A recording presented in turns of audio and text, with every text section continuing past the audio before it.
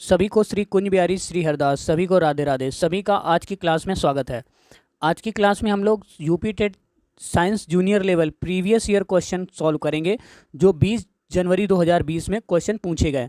तो पहला क्वेश्चन है, हिप्पोकैम्पस क्या होता है। आप जानते हो हिप्पोकैम्पस एक मीन होता है, मीन को मछली बोलते हैं, ठीक है ना, मछली। अब मछली, ये हिप्पोकैम्पस क्या होता है, क्या है। तो हिप्पोकैम्पस समुद्र में पाई जाने वाली एक समुद्री मछली की एक प्रजाति होती है। इसका सिर देखो, ये जो सिर है इसका, ये देखो, ये घोड़े के सिर के समान होता है, इसलिए इसे समुद्री घोड़ा भी कहा जाता है। आगे ना बात समझ में।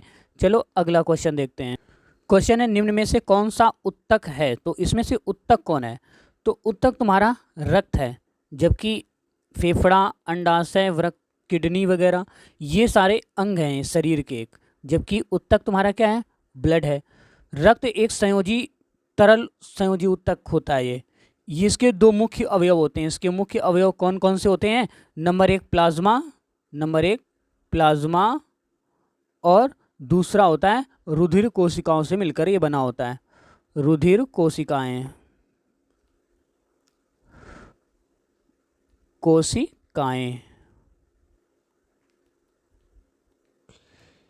ठीक है ना। मानव शरीर में इसकी उपस्थिति हीमोग्लोबिन के कारण होती है। किसके कारण होती है, हीमोग्लोबिन के कारण। ये लाल रंग का होता है। ये ब्लड का रंग लाल किस वजह से होता है, लाल रंग किस वजह से होता है, हीमोग्लोबिन के कारण होता है, हीमोग्लोबिन के कारण। चलो अगला सवाल सॉल्व करते हैं। अगला लिखा हुआ है, निम्न में से कौन सा विटामिन हार्मोन की तरह कार्य करता है। तो भैया विटामिन डी जो होता है ये हार्मोन्स की तरह काम करता है। विटामिन डी वसा में घुलनशील एक विटामिन है। ये कैसा विटामिन है, वसा में घुलनशील है। ये वसा में घुलनशील है, घुलनशील विटामिन है, ठीक है, जो हार्मोन्स की तरह कार्य करता है। विटामिन डी का मुख्य स्रोत, इसका मुख्य स्रोत क्या क्या है देखो। ये किस में पाया जाता है, मक्खन में, दूध में और कॉड लिवर आयर में, और तथा सूर्य के प्रकाश में सुबह सुबह के। इसकी कमी से रिकेटस नाम का रोग हो जाता है, जिसमें हड्डियां नर्म, कमजोर, लचीली व टेढ़ी हो जाती हैं। ठीक है, तो अगला क्वेश्चन है, किरचॉफ का धारा नियम किसके संरक्षण पर आधारित है। तो भैया किरचॉफ ने जटिल परिपथों को सॉल्व करने के लिए दो नियम का प्रतिपादन किया था, प्रथम नियम और द्वितीय नियम। तो जो प्रथम नियम है इसको संधि, ये प्रथम नियम, ठीक है, नियम, और ये था द्वितीय नियम। इसके बारे में हम आपको बताते हैं। जो प्रथम नियम है इसको संधि का नियम बोलते हैं। किसका नियम बोलते हैं, संधि का नियम।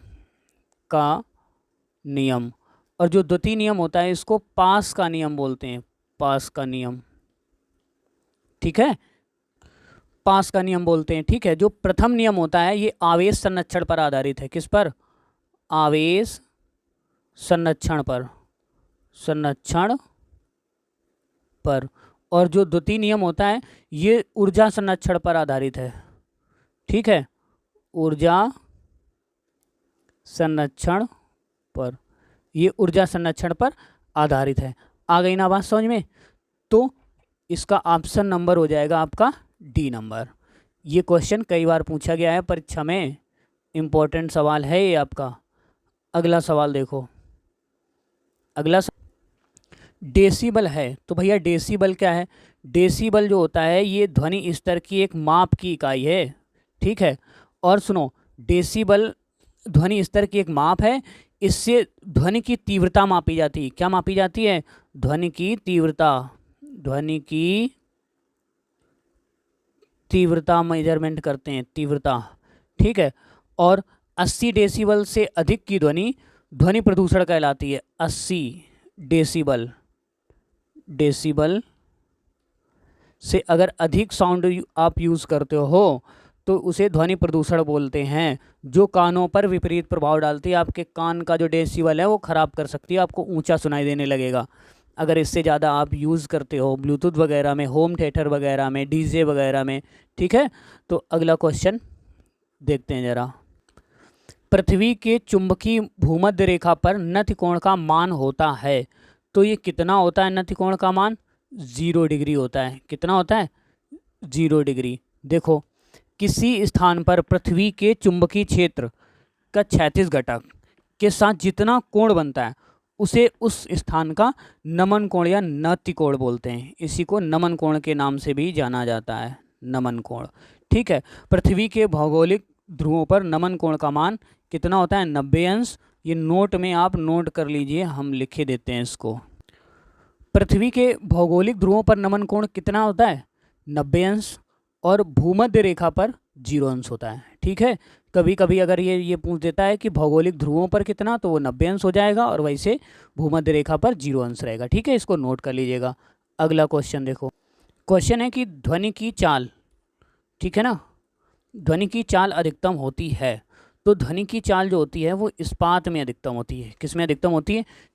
इस्पात में। विभिन्न माध्यमों में ध्वनि की चाल जो होती है वो भिन्न भिन्न होती है। कोई इसका माध्यम जितना ही, देखो, कोई भी माध्यम जितना ही अधिक प्रत्यास्थ होगा, ध्वनि की चाल उतनी ही अधिक होगी उसमें। तो इस्पात में ध्वनि की चाल 25 डिग्री सेंटीग्रेड पर सबसे अधिकतम होती है। ठीक है, कितने डिग्री सेंटीग्रेड पर? 25 डिग्री सेंटीग्रेड पर कितनी होती है? मैक्सिमम होती है। ठीक है ना, मैक्स होती कितनी? लगभग 5960 मीटर प्रति सेकंड होती है। मीटर प्रति सेकंड होती है, लगभग 6000 मीटर प्रति सेकंड होती है। ठीक है, 25 डिग्री सेंटीग्रेड पर इस्पात में। ओके, अगला क्वेश्चन देखो। लिखा हुआ 1 एंगस्ट्रॉम का मान होता है। तो भैया 1 एंगस्ट्रॉम बराबर होता है 1/10,000 माइक्रोन के। ठीक है, अब बराबर 10 की पावर, इसको लिख सकते हैं क्या? -4 माइक्रोन। ठीक, अब 1 एंगस्ट्रॉम बराबर 10 की पावर -4 इंटू 10 की पावर कितनी? -6 बराबर 10 की पावर -10 मीटर। ये हो गया आपका आंसर। आ गई ना बात समझ में? तो अगला क्वेश्चन देखो। लिखा हुआ है ऊष्मा का एसआई मात्रक कौन है? तो भैया ऊष्मा का एसआई मात्रक तो हमेशा याद रखना कि क्या होता है? जूल होता है। ऊष्मा एक प्रकार की, आप ऊष्मा जानते हैं ना क्या होती है? ऊष्मा पर एक प्रकार की ऊर्जा है जिसका प्रवाह अधिक ताप से कम ताप की ओर होता है। ठीक है, अधिक ताप की वस्तु से कम ताप की वस्तु की ओर होता है। ऊष्मा का एसआई मात्रक ऊर्जा की तरह ये भी जूल होता है, परंतु व्यवहार में इसका मात्रक क्या होता है? कैलोरी भी होता है ना, और किलो कैलोरी, ब्रिटिश ऊष्मा मात्रक आज भी उपयोग किए जाते हैं इसमें। ठीक है, तो इसका मात्रक क्या होगा? जूल होगा। अगला क्वेश्चन है, यदि x1 लंबाई की वस्तु का उत्तल दर्पण से बना प्रतिबिंब कितना है? x2 लंबाई का हो तो क्या होगा? जो x1 का वैल्यू होगा वो x2 से बड़ा होगा। ठीक है, ऑप्शन नंबर इसका सी हो गया। अगला क्वेश्चन देखो। और इस पर बना जो प्रतिबिंब होगा वो कैसा होगा? प्रतिबिंब सीधा, आभासी तथा वस्तु से छोटा होगा। प्रतिबिंब सीधा, आभासी और वस्तु से छोटा होगा। अगला सवाल देखो।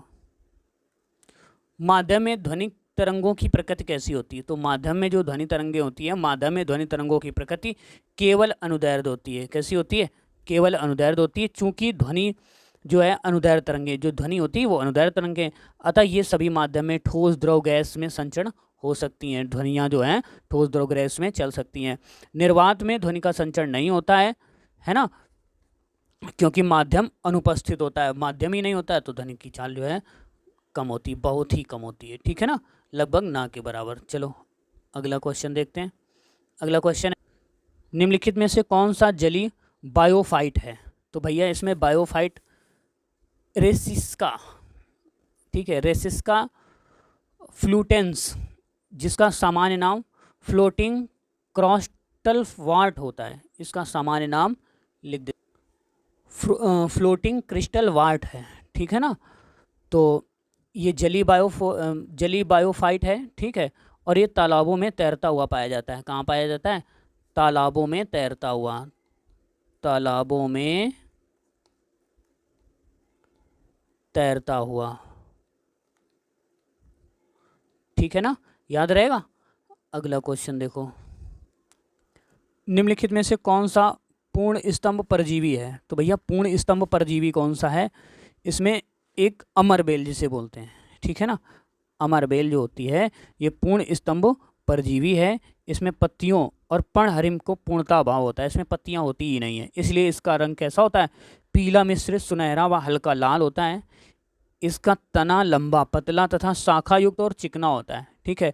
तने से अनेक मजबूत पतली पतली मसाल जिसमें शाखाएं निकलती हैं। आश्रयी पौधों को इनके ऊपर जो आश्रयी पौधे होते हैं, आश्रयी पौधे को अपने भार से झुका देता है, ये अपने भार से झुका देता है। अमरबेल जिसे देखे होगे ना, पीली पीली कलर की झाड़ियों के ऊपर पड़ी होती है, पतली पतली, ठीक है। अगला क्वेश्चन है, लिखा है पौधों में होने वाली घटनाओं का मिलान कीजिए। जल अवशोषण, तो जल का अवशोषण कहाँ होता है, मूल रोम से होता है, इसका ये ऑप्शन हो गया, ठीक है। दूसरा है खनिज अवशोषण, तो खनिज अवशोषण कहाँ से होता है, खनिज अवशोषण होता है एपीब्लेमा से, ठीक। और जल का परिवहन कहाँ से होता है, जल का परिवहन होता है जाइलम से, ठीक है। और बचा खुचा फ्लेयम, ठीक है। तो अगला क्वेश्चन देखो, इसको मिलान कर लेना। लिखा है स्थानीय जातियां क्या हैं, तो स्थानीय जातियां वो होती हैं वे पौधे और जंतु जो केवल एक विशिष्ट भौगोलिक क्षेत्रों में ही पाए जाते हैं। ये केवल स्थानीय एक निश्चित स्थान पर ही जंतु व जीव पाए जाते हैं, जिसे कि भौगोलिक क्षेत्र, जिसे कि स्थानीय जातियां बोलते हैं, ठीक है ना, याद रखोगे, ठीक है। तो अगले क्वेश्चन पर हम लोग आ जाते हैं, और अगला क्वेश्चन पर लिखा हुआ है पौधों में मादा जननांग के भागों का व्यवस्थित क्रम लिखिए, ठीक है। तो पौधों में मादा जननांग कौन कौन से होते हैं, चलो देखो इनका व्यवस्थित क्रम कौन कौन से हैं, वक्तिकाग्र और वर्तिका, और इसके बाद अंडाशय और पुष्पासन। तो ऑप्शन नंबर कौन सा मिल गया आपका, D number is correct answer. अगला क्वेश्चन है कैल्सिनेशन, जिसको बोलते हैं निस्तापन, क्या बोलते हैं इसको, निस्तापन, निस्तापन। तो निस्तापन की अभिक्रिया कौन सी है, Mg वाली है, MgCO3 plus MgO plus CO2, ये निस्तापन की अभिक्रिया को प्रदर्शित करेगा। अगला क्वेश्चन है निम्नलिखित में से कौन सी रंगहीन गैस लेड एसीटेट पेपर को काला कर देती है, तो H2 है, हाइड्रोजन सल्फाइड, इसका क्या नाम है, ये रंगीन गंधीन है हाइड्रोजन सल्फाइड। देखो इसे बोलते हैं हाइड्रोजन सल्फाइड, और इसमें क्या होता है, लेड एसीटेट को हाइड्रोजन सल्फाइड के साथ में मिश्रण करने पर लेड सल्फाइड काला अवक्षेप प्राप्त होता है और एसिटिक अम्ल मिलता है। कौन सा अम्ल मिलता है, एसिटिक अम्ल। चलो आगे बढ़ते हैं। क्वेश्चन है निम्नलिखित यौगिकों पर विचार कीजिए, ठीक है। तो इन पर विचार करने के लिए इनको क्रम से लगाना है, ये कहना है इनका है। तो इनको क्रम से लगाने के लिए पहला फर्स्ट सेकंड थर्ड, ठीक, और फोर्थ ये, और फर्स्ट सेकंड थर्ड और फोर्थ फिफ्थ ये यौगिकों के इलेक्ट्रॉन स्नेही हैं, ठीक है। वह अभिकर्मक अणु व धनावेशित आयन जिसे बोलते हैं जो इलेक्ट्रॉन युग्मग्राही का कार्य करता है, इलेक्ट्रॉन स्नेही अभिकर्मक या इलेक्ट्रॉन स्नेही कहलाता है। इलेक्ट्रॉन स्नेही न्यून इलेक्ट्रॉन धनायन या अणु होते हैं, ठीक है ना। अगला क्वेश्चन देखो, निम्नलिखित में से कौन सा नाभिक स्नेही या योजक अभिक्रिया के लिए अधिक क्रियाशील है, तो इसमें से ए नंबर ऑप्शन का ही अधिक क्रियाशील है, ठीक है।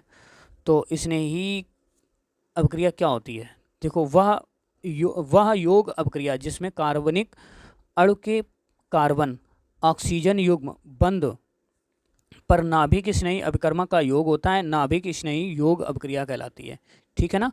Option number A is correct. अगला क्वेश्चन है आवर्त सारणी के एक वर्ग के ऊपर और नीचे की ओर आने पर क्या होता है। देखो एक वर्ग से ऊपर से नीचे की ओर आने पर, आवर्त सारणी में किसी वर्ग में ऊपर से नीचे की ओर आने पर तत्व की विद्युत ऋणात्मकता नियमित रूप से घट जाती है, क्योंकि परमाणु त्रिज्याएं क्रम से बढ़ती हैं। किसी समूह में ऊपर से नीचे जाने पर जैसे जैसे तत्वों का परमाणु क्रमांक बढ़ता जाता है, वैसे वैसे तत्वों की परमाणु त्रिज्याएं भी बढ़ती जाती हैं। किसी वर्ग में ऊपर से नीचे आने पर आयनन एंथैल्पी के मान में भी कमी आती है, ठीक है। तो याद रखना, ये हमने जो पूरी बात आपको बताई तुम्हारी A B C तीनों, ठीक है, बिल्कुल सही ऑप्शन है तीनों। अगला क्वेश्चन है, अगले क्वेश्चन में है निम्नलिखित में से कौन सा विद्युत चुंबकीय तरंग नहीं है। तो भैया अवरक्त किरणें हैं, एक्स किरणें हैं, सूक्ष्म तरंगे हैं, पराश्रव तरंगे नहीं हैं, ये तुम्हारी ये नहीं, option number D is correct, ठीक है। तो अगला क्वेश्चन, एम द्रव्यमान के एक कण की गतिज ऊर्जा ई है, इसका संवेग होगा, तो इसका संवेग निकालने के लिए तो गतिज ऊर्जा, गतिज ऊर्जा बराबर ई बराबर जानते हो क्या होता है, half M V square, half M V square. इससे इक्वेशन मानते हैं क्या, फर्स्ट। और संवेग क्या होता है, संवेग P equal to M V, इसे मानते हैं इक्वेशन सेकंड। अब देखो इनको एक साथ करेंगे, E equal to half M V square, तो V square is equal to 2E बटे M, तो V बराबर हो जाएगा, V बराबर आपका हो जाएगा अंडर रूट 2E बटे कितना M, ठीक। V का मान समीकरण सेकंड में रख दो, V का मान समीकरण सेकंड में रखने पर इसमें रखते हैं, तो P इक्वल टू M और 2E बटे कितना M बराबर सॉल्व करेंगे तो अंडर रूट आ जाएगा 2EM स्क्वायर, 2EM स्क्वायर बटे M बराबर अंडर रूट 2ME, ठीक है, आंसर हो गया। तो ऑप्शन नंबर तुम्हारा कौन सा हो गया, ए इज करेक्ट। अगला क्वेश्चन देखते हैं, लिखा हुआ है अयस्क कॉपर पायराइड का सांद्रण किया जाता है, भैया किसके कारण जो किया जाता है, फेन उत्प्लवन विधि द्वारा किया जाता है, याद है ना फेन उत्प्लवन विधि, वो कक्षा 9th में हम लोग केमिस्ट्री में पढ़ते थे। अगला क्वेश्चन, 2 मेथिल प्रोपेन में 2 कार्बन की संख्या, 3 कार्बन की संख्या कितनी होगी, एक मेथिल है ना, मेथ एथ प्रो ब्यूट पेंट हेक्स सेप्ट ऑक्टोन डेक, तो मेथ में कितनी है, एक है ना, कार्बन की संख्या एक ही तो रहेगी। अगला क्वेश्चन है, निम्नलिखित यौगिक का IUPAC नाम क्या होगा, भैया इसका IUPAC नाम क्या होगा, इसमें श्रृंखला जो शुरू करते हैं कितना, 1 2 3, ठीक है। तो इसका नाम 2 पर क्या जुड़ा हुआ है, मेथलॉक्सी प्रोपेन, 2 मेथॉक्सी प्रोपेन, प्रोपेन, ठीक है, 2 मेथॉक्सी प्रोपेन। इसका साधारण नाम आइसोप्रोपिल मेथिल ईथर भी है, ठीक है, क्या नाम है, आइसोमेथिल ईथर। ऑप्शन नंबर तुम्हारा डी इज करेक्ट। अगला क्वेश्चन है, कार्बन के बाद श्रृंखलन हेतु बंद ऊर्जा कौन सी है, तो श्रृंखलन के बाद बंद ऊर्जा है सिलिकॉन Si, ठीक है।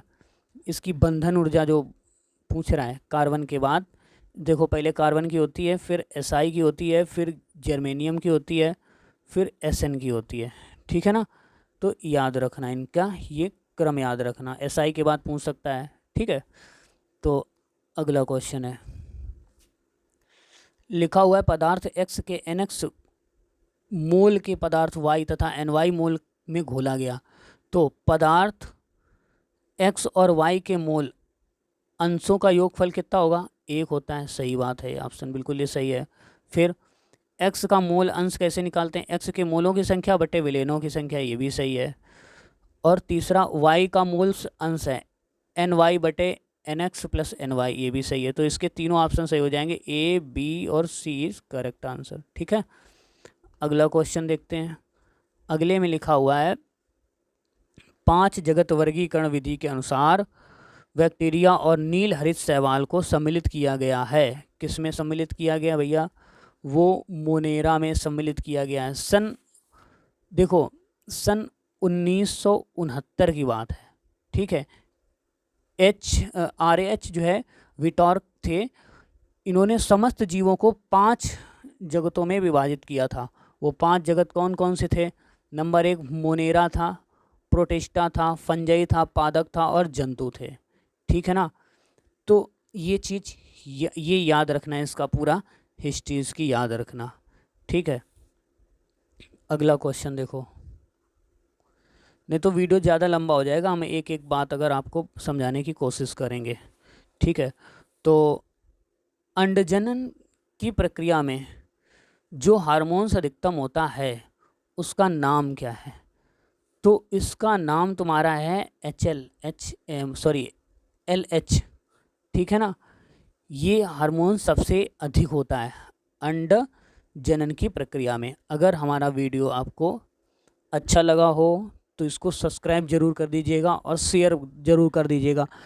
आगे आने वाले वीडियो में भी आपको जो आने वाली परीक्षाओं में इसके बाद में 20 जनवरी का हो गया, अब जो अगली आने वाली 22 जनवरी को जो पेपर हुआ था उसका पेपर डिस्कस करेंगे पूरा, और डिस्कस करने के बाद में हम आपको पूरी कोशिश करेंगे कि इसको जो है अच्छे से सॉल्व करवा देते हैं। चलो, सभी को राधे राधे। कुंज बिहारी सी अरदास।